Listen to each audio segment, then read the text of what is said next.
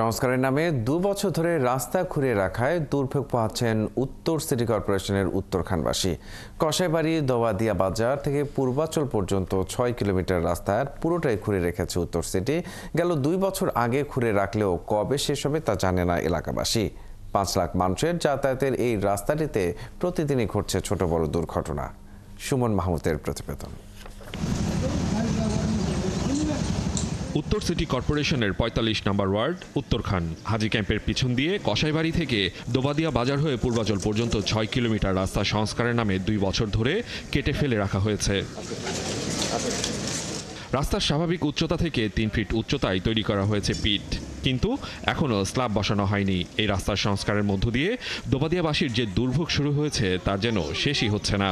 গত বছরের জুন থেকে এই কার্যক্রম শুরু হয়েছে, কাটাকাটি শুরু হচ্ছে, কিন্তু পাশাপাশি যে ডেভেলপটা এই কাজটা কখনই হচ্ছে না। কাইটা ফালায় রাখছে, উন্মুক্ত অবস্থায় ফালায় রাখছে।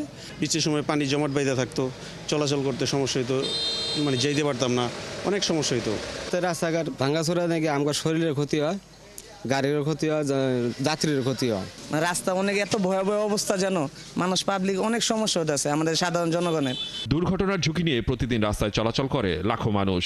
ভাঙাচোরা রাস্তার কারণে যানবাহনের ভাড়া বৃদ্ধি পেয়েছে কয়েক গুণ। তারপরেও বেহাল রাস্তার কারণে সময় মতো গন্তব্যস্থানে পৌঁছতে পারছেন না কেউ। অসুস্থ রোগী নিয়ে যাওয়ার কোনো ব্যবস্থা নাই। বৃষ্টির দিনে এরকম কাদা 3 বেয়া হয়ে পড়ে যেতে হয়।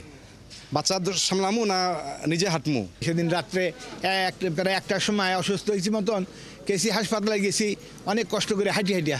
রুগী তো গেলে মনে করেন যে ও রাস্তার মাঝে অর্ধেক জাফারে মরিয়া যায়। রাস্তায় দেখা গেছে অটো থেকে পড়ে গিয়ে দেখা গেছে হাত ভেঙে যায়, এরকম হয়েছে। যে দুর্ভোগ কমানোর জন্য উত্তর সিটি কর্পোরেশন উত্তরখানের দোবাদিয়া এলাকার রাস্তার উন্নয়নের কাজে হাত দিয়েছিল, ধীরগতির উন্নয়নের কারণে সেই রাস্তায় এখন এলাকার মানুষের দুর্ভোগের অন্যতম কারণ হয়ে দাঁড়িয়েছে। 10 মিনিটের পথ যেতে হচ্ছে 1 থেকে 1.5 ঘন্টায়। অতি দ্রুত এই রাস্তার সংস্কার কাজ শেষ করে এলাকার মানুষের ভাগ্যের পরিবর্তন আনবে, এমনটাই আশা করছেন দোবাদিয়া এলাকাবাসী। সুমন মাহমুদ, ৭১, ঢাকা।